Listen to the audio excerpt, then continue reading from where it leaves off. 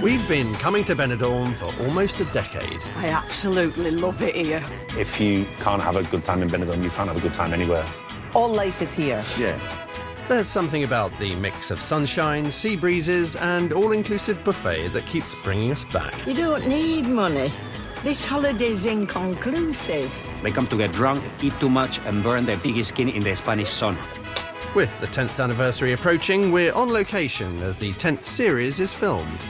Action. It's also a chance to take a mobility scooter down memory lane for a celebration of the show we know and love, and to get the inside story from cast members past and present. Tell me the truth. Steps are ridiculous. Perhaps learn the odd trade secret, I was putting the ice inside my bra to try and cool down, and it got frostbite on the nipples. and see some of their work from behind the scenes. It's been a decade that's brought a beach bag full of bizarre sights, some of which will never leave us, no matter how hard we try. So pack your bags, we're going on holiday.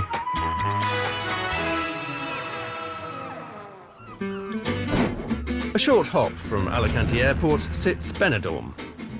It used to be a quiet little fishing village, and whilst they might still catch fish here, quiet, little or a village it is not. The fictional version started with one man, seen here nipping through town in Benidorm's vehicle of choice. You may have glimpsed some of his cameo performances over the years. Park up, Elvis. This could take some time.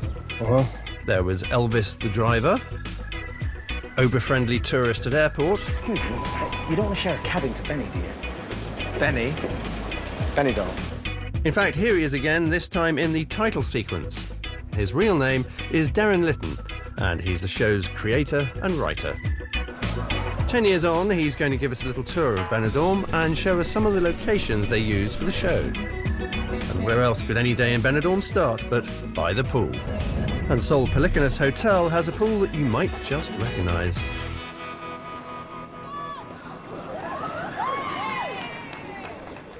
So this bit is private, you can't come this way. Oh, go on then, you can, just you. So here we have the famous Solana pool bar.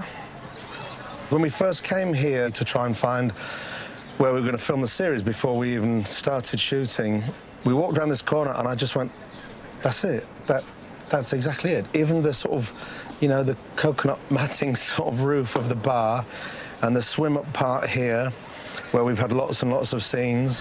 Hola. Just all of it. It was already in my mind's eye. And I just imagined who was here. And they're still here, 10 years on. In 2007, Series 1 of Benidorm began. 6 30-minute episodes that saw the very first holidaymakers arrive at the Solana Resort, ready to make new friends. Oh my God, just look at the people. It's boiling. Lovely, that bit of sun. Mum, I'm hungry! We're going to get something to eat now. Capital of Ethiopia. Addis Ababa. And soon we came to know them all well. Characters like middle-aged swingers, Donald and Jacqueline. My character is Jacqueline. What's her surname? Stuart. Jacqueline How long have you been Stewart. playing this part? 10 years. 10 years. Jacqueline was happily married to Donald, and they were very open-minded. They like swinging. Here we are. Alan Titmarch. Oh, he's lovely, isn't he? I'd let him dig my garden any day. Ice cream tastes so much nicer when the sun's shining, doesn't it? Yeah, definitely. There was Jeff, the pub quiz champion, with his happily bemused mother Noreen. I wonder how they do that. Well, I think she's permanently bewildered by most things, isn't she? And the Garveys, Mick and Janice, their children Michael and Tell, and Janice's mother, queen of honest feedback, Madge. Take that coat off. Nobody here cares how fat you are. Mother-in-law from hell. Yeah. Yeah. The mother-in-law who knows what's right for her daughter. We It's just- were a typical family, weren't Yeah, we? stereotypical family, but We a bit had- different. He just wants to go on holiday and have a simple, nice time with his bum on a towel, a beer in his hand, and Janice in the other hand. And he wants to have a really fun holiday, and it never seems to work out that way. What have I said now? What have you said? You're nothing but an animal. Why I ever let an insensitive pig like you marry my daughter, I'll never know. I actually auditioned to play the part of Mick Garvey. Did you know that? No. No, I auditioned to play Mick Garvey, which I didn't get. Obviously, rightly went to Steve Pemberton. He needed the work. He does. He always does. We hadn't actually met each other as a family until we went to Benidorm, met Sheila, met Ollie and Hannah, and the five of us, within about an hour, we were crying with laughter. Yeah. And we just knew we had a really good sort of family bond. And from that point, it was the most joyous job. At only 7 years old, the youngest member of the cast was Ollie Stokes, who played Michael Garvey. My grandparents or my mum used to come out there with me, and then I had to have a tutor, obviously, to do my schoolwork and stuff. But it was good, it was good. The Garveys quickly got down to doing what they did best, sunbathing and arguing. The constant embarrassment of a bony, venom-spitting carcass who has no consideration for anyone but herself. Who are you talking about? You! I'm talking about you! Who did you think? Well, I knew it wasn't our Janice. She's never been what you could call bony. Look, there you go again. All right, that's enough. Honest to God, you're like kids. Is there any chance at all we could just sit here and have one peaceful morning? The Garveys go from first to fifth gear like that. There's no moving through the gears, they just go. And chief fire starter was Madge. Oh, and it always boils down to what you want to do, doesn't it? She's so critical of everything, and she can just cause an argument in a telephone box, so... Oh. Yeah, come on. He doesn't make her feel welcome. Hey, I've already lost the first 2 days of me holiday because of you. Just watch it. What's the difference? You're never around when people need you anyway. Tell her, Janice, because I am going to lose it big time. Shut up, the pair of you. But as long as the sun was out and her lighter was working, Madge was happy. To sit in the sun is glorious and it's wonderful, and drinks are free and that's wonderful, and I can smoke as much as I like. But what about the character, Sheila? What about Madge? All from the comfort of her Benidorm chariot.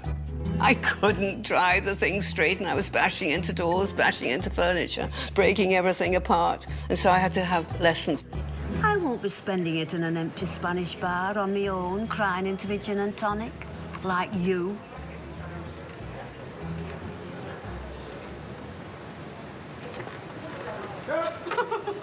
One of the crew said to me, "Sheila, do you drive a car?"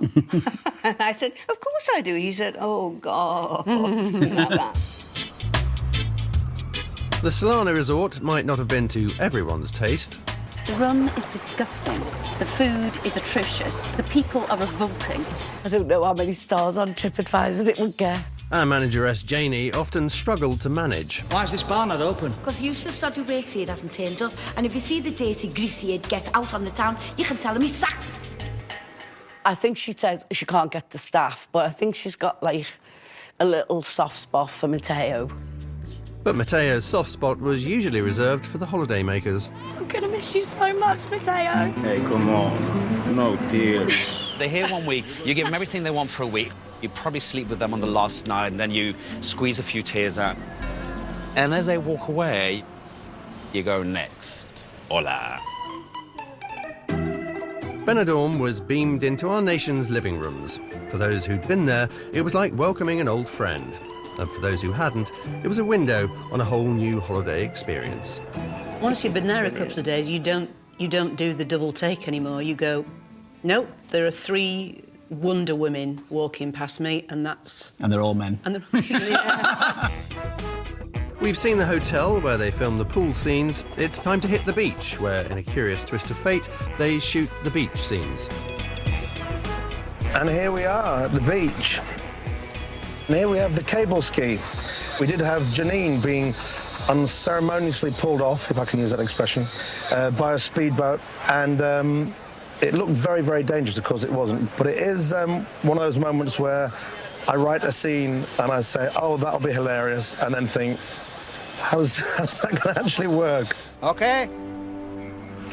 Go! Oh, my God! Oh, my God!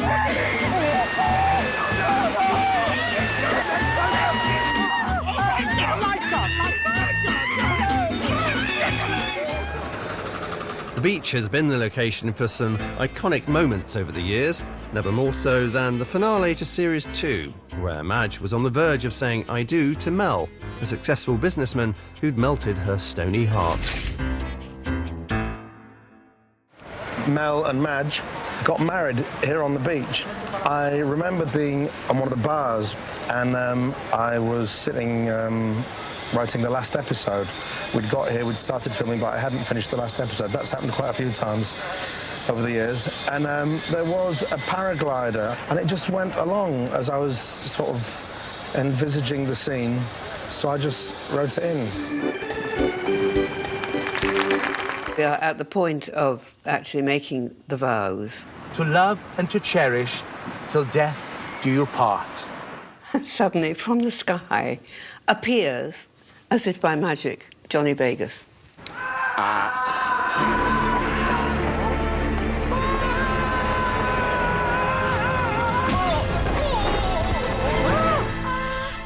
And he lands on top of my husband and knocks him out.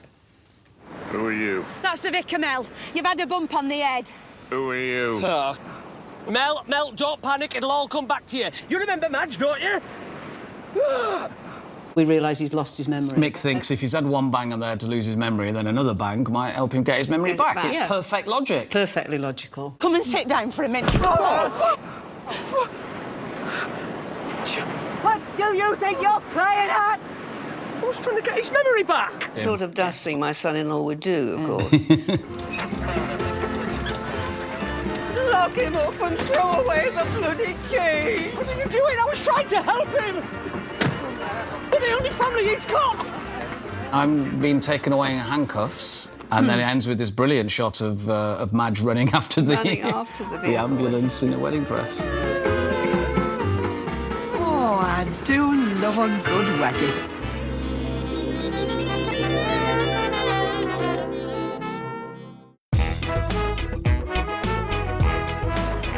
Welcome back to sunny Benidorm, where our leisurely journey by mobility scooter through 10 years of the show has reached Series 3. By this point, the episodes had expanded to become 60 minutes long, and amongst returning cast members, there were two notable new ones. There was Brandy, played by Sheridan Smith. I've got a lot of family who've been to Benidorm. I've heard some of the people can be as rough as a dog's arse. You don't say. But Series 3 also brought a potential love interest for the eternally single Jeff Maltby, who came upon a chat room one day and began to correspond with the seemingly female and seemingly lovely Leslie.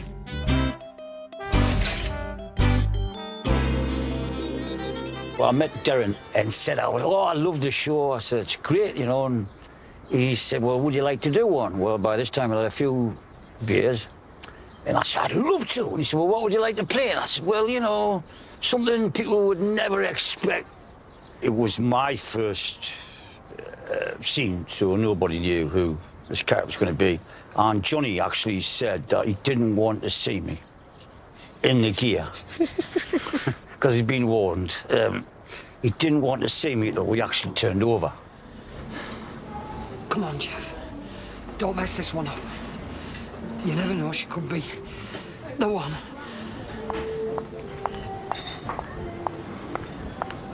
Hello? You must be Jeff. And he turned around, he looked at me and went, I'm Leslie. Sorry, it's the first time I've seen him in the wig. I'm sorry. It just collapsed. It just absolutely collapsed, and then we had to do it again. Hello? You must be Jeff.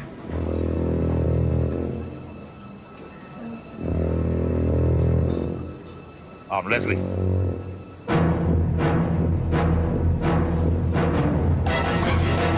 The way he played it, though, I mean, he's terrified. Yeah. Absolutely terrified. Now then, before we go any further, something I want to tell you, Jeff. Okay. We chatted online a lot yesterday, and, well, there was one thing I wasn't completely truthful about. Really? Yeah. I want to get it out of the way now. I mean, we don't want an elephant in the room, so to speak. No, won't want that. No. But I've got a sneaking suspicion you know what I'm going to say. Not it crossed my mind. Jeff, I'm not 35. Really? No. I wasn't 100% honest with you on that score. Just to the north of the beach and the Solana Resort pool location sits the building where they filmed the reception scenes. A rather unlovely lump of a thing, known affectionately to all as the Pink House. We use this as our production office. The front bit, as you go in, the sort of reception area, is enormous. And then somebody had the bright idea, why don't we build the set of the reception inside the Solana here? Here's where the tragic happens. No, here's where the magic happens. A camera, stop me if I get too technical, a big balloon thing with light in it. We could take the lift, of course, but we wouldn't actually go anywhere because they're just boxes. Oh, where have you come from? Magic cupboard. But there's nothing in there. What were you doing? Who else is in there? Don't lock me in here. Oh, God. Oh, my God. Oh, my God. I never knew that. You can't see in here. This goes through to the edit. This is like Willy Wonka's whatever. Look! How often do they let you out? Never. Good. Action. Today's scene, available to view in the forthcoming Series 10 of Benidorm, is where two mysterious guests arrive. Two guests who look a lot like Hale and Pace. Mind you see me just in disguise. Oh, we've got through there is Joyce Temple Savage's office, and my goodness, as we look in, there is Joyce Temple Savage. Hello. I'm just having a little coffee before I go back to work. Sorry to interrupt you again. Joyce Temple Savage here, your Solana manageress. The formidable Joyce Temple Savage became the Solana's manageress in Series 5. You! Get in this line! She actually thinks she's rather wonderful. When she first got here, nobody knew who she was, and she got here and surprised them all. You, my friend, are standing on very thin ice. She immediately is attracted to Matteo, of course. She's so got the hots. Oh, she has. She has. Was it you or was it the character that had the hots for me? Oh, don't be so ridiculous. Don't touch what you can't afford, love. A transvestite waiter, a moronic caretaker, and a hotel worker in Benidorm who doesn't speak a word of English. Well, I've heard the lot now. Aye, well, I suppose it's a bit like being the manageress of a holiday resort in Spain who doesn't speak Spanish. Watch it, you. I'm in charge. She's a bit Basil Fawlty, I think. It's a bit, yeah, it's Mrs. Temple Savage to her face, but when she's not there, it's Temple Savage, isn't it? You know. Yeah. By this time, Les, a.k.a. Leslie, was working at the Solana with his son Liam. He's a sweet, somewhat stupid sort of a chap.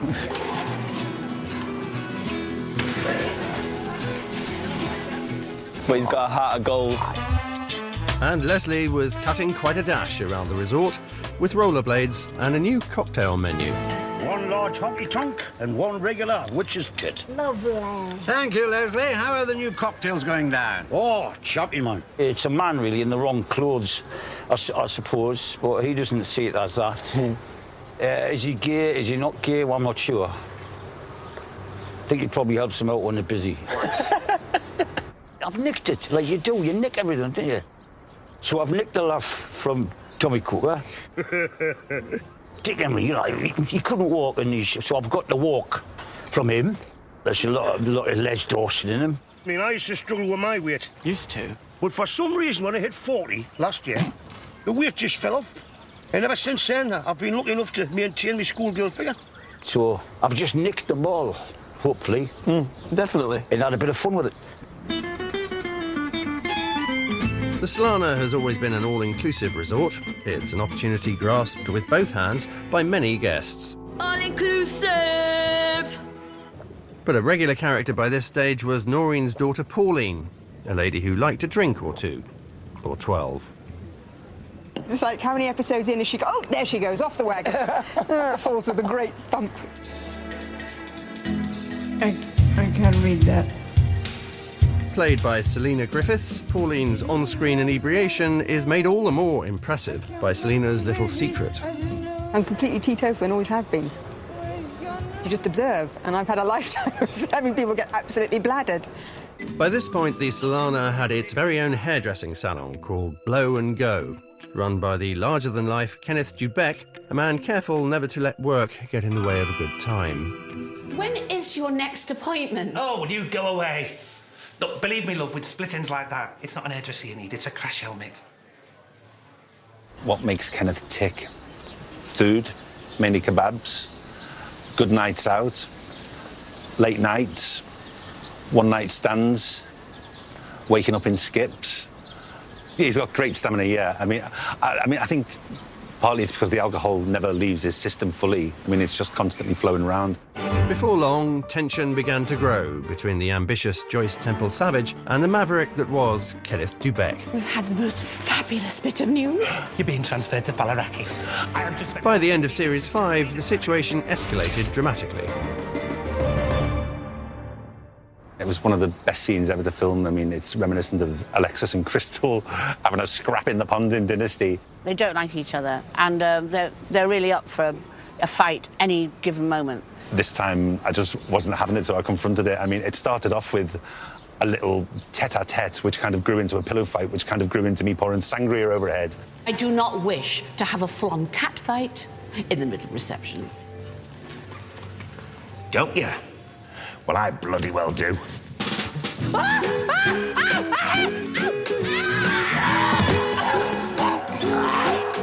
I remember telling Kat, so you're actually doing it for real, Sherry. You're actually thumping me in the face. And I went, really sorry, but I don't know how to pull it.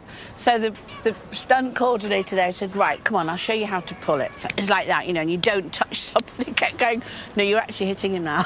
You're actually thumping him So now. aggressive. I know, but I couldn't help it because anger. I really wanted to smack him, you know, because I thought it would look so much better if I smacked him.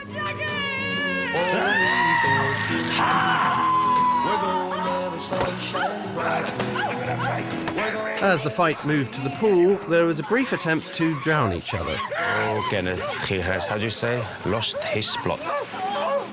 He's lost his bloody mind. He's definitely lost his job. Before Joyce set about Kenneth like a crazy lady. That teeth! You broke them over with teeth! No! Right there is where she punched me in the face and knocked my teeth out. And people always say to me, how did they do that? How did they knock your teeth out? Little secret, just before we filmed that scene, I'd had a fight with a patio door at my mum's house. I ran straight into it, smashed my tooth. So by the time I come out to film, I was halfway through having implant surgery to have these 2 teeth replaced. So Darren phoned me, he said, can we use that? Would you mind if I wrote it into the show? And I said, well, we'll never be able to do it again. Once the implants are in, they're in. I said, absolutely, let's do it. What you see as me spitting out of my mouth is half of chewing gum. It's a little piece of white mint chewing gum that, I mean, very cleverly edited. I mean, it's brilliant. But it's vicious. I mean, she gives me such a smack in the mouth. If you want a rematch, just whistle. If you can. Where are they? In Series 6, the transfer coach dropped off some more new characters. There were the Dykes, Clive and Tonya, and their children, Bianca and Tiger, whose best friend was Joey, a young man with a distinctly flimsy grasp of what was going on. And Ellis. This is the best holiday abroad I've ever had. When did you last go abroad? I've never been abroad. Joey is super zen. Like, he means well, but he was dropped on his head as a child, do you know what I mean? So he's a bit damaged. Somebody told me that even though it's all-inclusive here, you are allowed to leave. Really? Oh, well, they kept that one quiet. I know. They should have a sign. In Series 8, the Dawsons arrived, and the volume around the pool went up by a couple of notches. Can't spend the rest of our holiday ignoring my own father. He may as well not have come. Well, at last we agree on something. Oh, give up. Where are you going? What have I done? There's a lot of tension when they're on holiday. It's a little bit like Christmas, isn't it? Yeah. Like you're all relatives are thrown together. I'm a very, very placid person because I get all my rage out. Yeah. She can do that thing with a knife when you go between your fingers.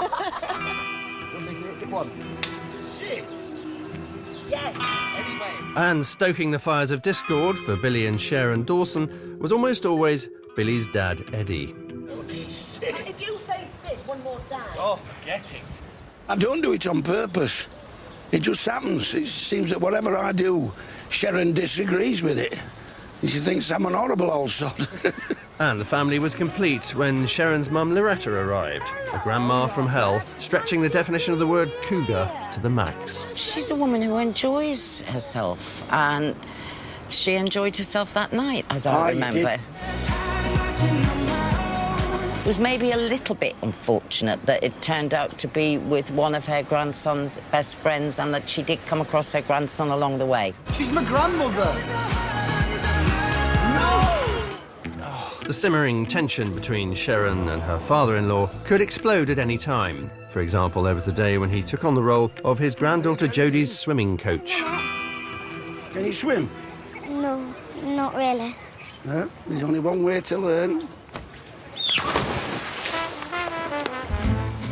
Yeah, the partial drowning. Yeah, the attempted murder. He was just trying to teach her how to swim. Well, I said I might have just nudged her. Oh my God, Geordie!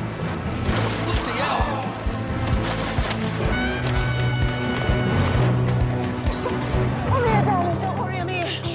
Oh, sweetheart. He kicked me. Who kicked you? Are you all right, darling? Of course she's not all right. She's nearly drowned. Grandad kicked me into the pool. What? Don't be ridiculous. You didn't kick her in, did you, Dad?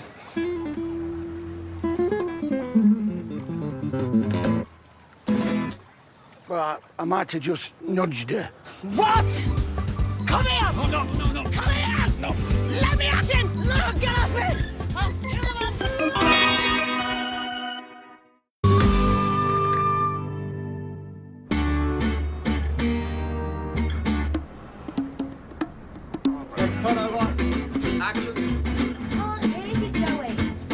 It's another day of filming for Series 10 of the show Benidorm. Another day by the Sol Pelicanus Hotel pool that doubles up as the Solanas. It's early in the morning, and since Darren is a writer, he's obviously still asleep. This to the right here is the sort of production area. So Steve Edge, who plays Billy Dawson in the show, gives us a tour behind the scenes, up on the first floor of the hotel. This is the breakfast. So there was boiled eggs in there. They've all gone now. There's the cheese. There's sometimes a plate with a wedge of lemon on. So it's a suggestion that there was smoked salmon at one point, but I've never seen it, and I get here at 7 o'clock in the morning. An apple. And here we have, as it says on the door, makeup. Oh, I look like a clown. We should do that, doesn't we? Do you need that much makeup yourself? Yes. I'm actually a 14-year-old black child, so I need a lot of makeup to look like a 44-year-old white man from the West Midlands. This is the production office, the AD's production office, where all the assistant directors, which basically sort of malinger us. There's Phil there. He wears his hair in a top bun. That's where a lot of schedules are on the wall there, all carefully highlighted. He doesn't understand it. He just colours them in like a child. This is all the principal costume rails. So we've got all your favourite characters, Matteo, Leslie, Kenneth, oh, of course, Billy. So we've got Kenneth's hot pants, quite an array. And then all his T-shirts from bygone days. 6-pack coming. Up Yours or Mine, I remember it was the very first one. I mean, there's quite a few that have been taken to the lawyers. They have to be passed by lawyers, and some of them haven't made it through to the screen. Shall I tell you one of the ones that didn't make it through to the lawyers? Don't whisper, Lily. If you think my attitude stinks, you should smell me.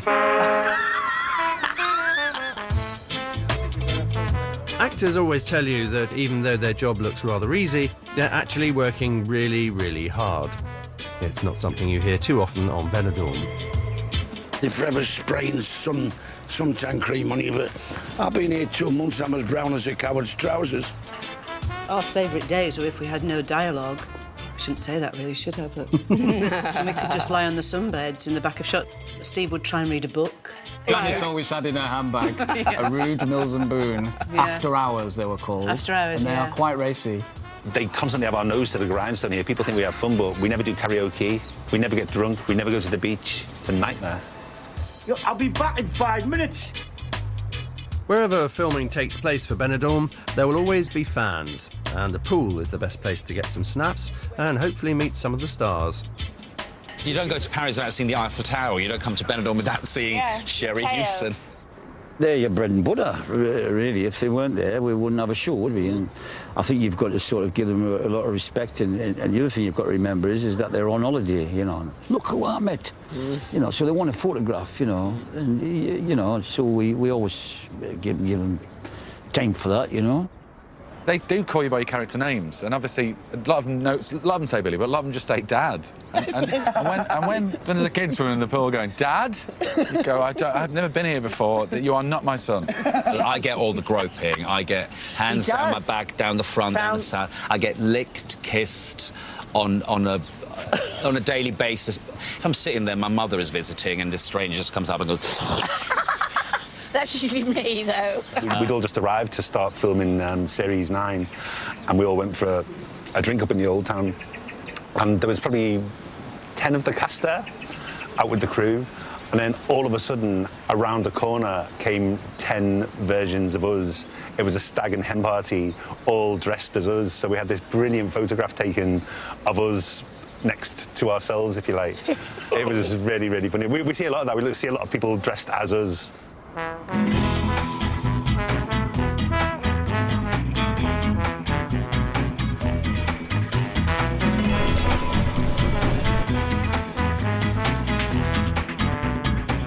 Just a few hundred yards away is the location where they film all the scenes for Neptune's Bar. In reality, it's called the Morgan Tavern, and it's another famous stop on the Benidorm fan tour.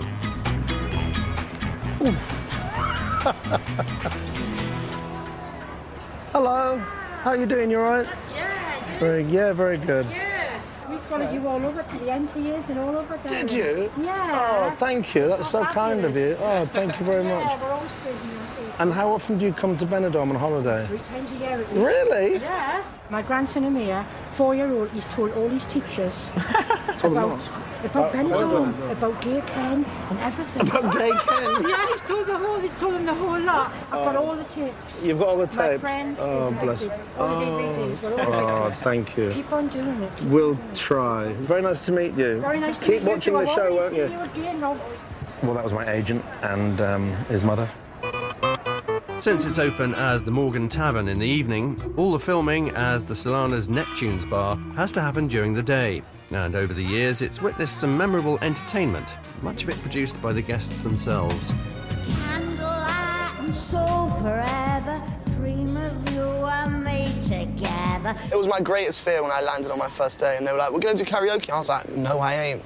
I am not doing karaoke. I don't think so. I'm nervous as hell. I was the most nerve-wracking day of my entire life. I've got this mankini. My mum saw that. Often there was no way of knowing what sort of singing voice to expect. Hey there, lonely girl, lonely girl. Let me make your broken heart like new.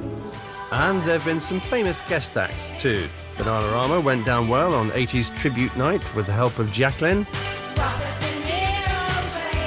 And Madness rocked Neptune's on the Series 9 finale. Mother's tired, she needs a rest. The kids are playing up downstairs. But perhaps the most memorable performance came from Noreen. Ladies and gentlemen, there have been many times in my life when I've been proud of my only son. Mistakenly under the impression that her son Jeff was not only secretly gay, but was planning to come out that very evening. Are you ready to come out, son?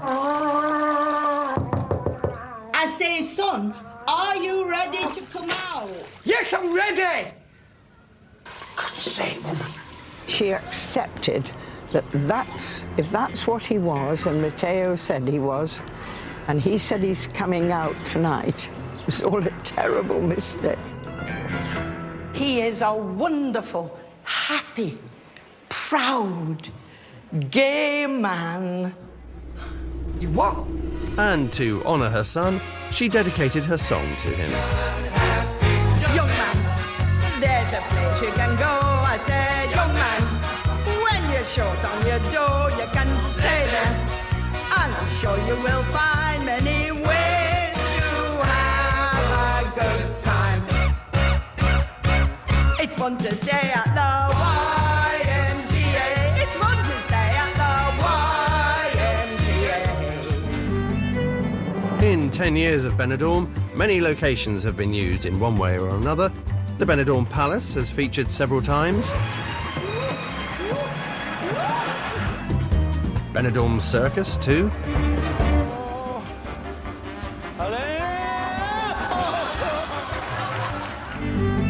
And there's been many a visit to Benidorm Old Town. Who can forget Matteo in drag being arrested for solicitation? Natalie, this is not how it looks. The Garveys taking on a religious procession head-on. And in another episode, taking on some Roman soldiers. Oh, I can't kill him, Mum. He's gorgeous. And even further out of town, the guests were brought to witness an authentic Spanish bullfight. I'm not watching. I know exactly how he feels. This is absolutely disgusting. I won't be watching when the ball comes out. Basically, it's Matteo's friend who's a bullfighter.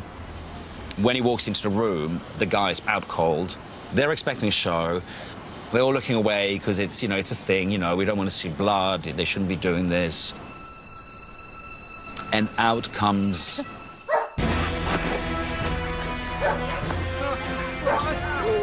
You've got to be joking.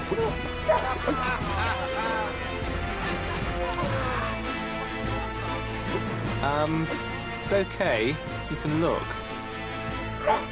I'm not a dog trainer. The dog clearly, although they said it was a trained dog, clearly it wasn't trained. We were sort of improvised the scene. The dog sort of, I fell over, they kept it all in. And the dog sort of running away with my shoe. I had ham stuffed in all my sleeves, down the front of my trousers, the back of my trousers, in my shoes. Basically, what they're trying to do is get the dog to basically bite at me. Eat you? Yeah, eat me, for comedy effect. Not quite the bloodbath we were anticipating.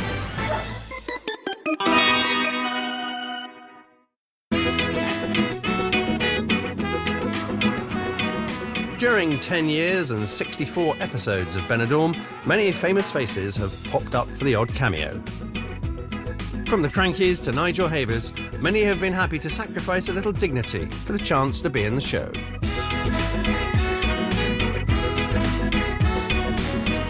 Even this guy appeared on the side of a mountain in one episode. And Cilla Black enjoyed the company of swingers, Donald and Jacqueline. You both seem very broad-minded. But trumping all is returning character Crystal Hennessy-Vass, Joyce's boss, played with great no-nonsense gusto by Joan Collins.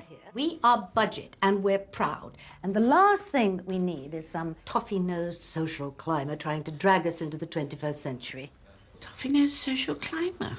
I'm talking about you, Savage. Oh. New characters have continued to arrive on Benidorm. People like Chinese businessman Mr. Wu. Kenneth! Oh, sorry, didn't hear you. That's okay. You were in what we call BSA, Buffet Suspended Animation. Mr. Wu's accent it's half of my mum's accent, and there's a bit of Jackie Chan in there. Nobody tells a joke like Mr. Wu. You better wipe from around your mouth, or you look like Buffet the Vampire. You get it? Not Buffy the Vampire, Chinese Buffet the Vampire. And Joyce has been pursued by another more recent addition, dodgy businessman Monty. Every time we're about to meet, signs are all there. The best tie comes out of the drawer, the careful trimming of the moustache in the mirror, an extra squirt of high karate. Extra squirt of what? It's an aftershave. Oh. I've never played a part that's a puppy before, that's a waggy tail and floppy ears going, how? Chips and rice tonight, Joyce. Chips and rice. Over the last 10 years, there have been births, marriages, but sadly, some deaths too. Leading lights who helped to make the show the success that it's been. Slowly but surely, that's my motto. I didn't set up 5 sunbed shops in the greater Manchester area overnight. Took me nearly 6 months. Fair play. It hurts the first time you do it, but after that, the body adapts. Doesn't it, Jacqueline? Oh, yes. When Kenny Ireland, who played Donald, one half of the swinging couple, passed away, his character was given a fitting send-off. Jacqueline had taken Donald's ashes up to the cross that stands high above Benidorm, with Kenneth, Troy and a leaf blower. I mean, you did that scene so beautifully. I mean, she sort of drew us all in with that beautiful speech, which was just about her and Donald. In all the years we had together, you certainly gave me a lot to smile about. And then who would have dreamed that the next thing to happen was her getting blown off a cliff by a leaf blower? I love that. Are you ready?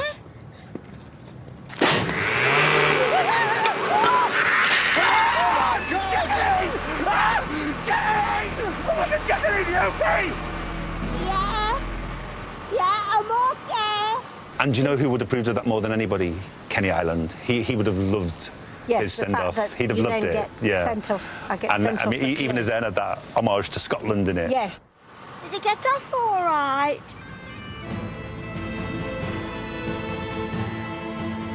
Oh, yeah, there he is.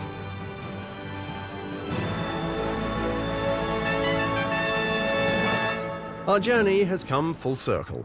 10 years on from Darren's very first visit, we're back at the pool. And as filming comes to an end for another day, Darren Litton seizes the moment to say a few words. Obviously, we're here to celebrate 10 amazing years of Benidorm. We'd like to thank our amazing cast, also our amazing production team, and our incredible crew, and of course the viewers. When I first came here and the show was commissioned, I thought, one, I get a free holiday in Spain, and two, I might meet some new friends. Well, Spain is now my home, and I've found a family. And thank you for being that family.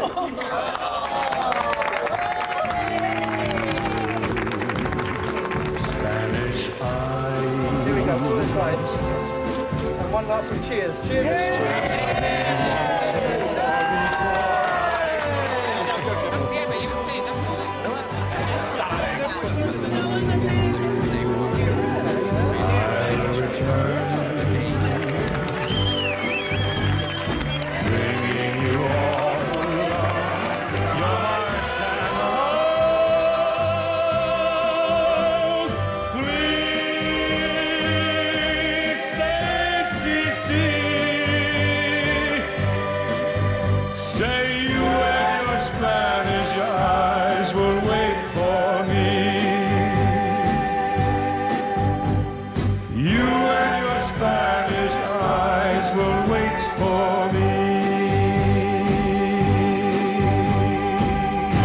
Mother, what are you doing? Yeah. That's my impression of you. I was going to say... Is that little Johnny Vegas?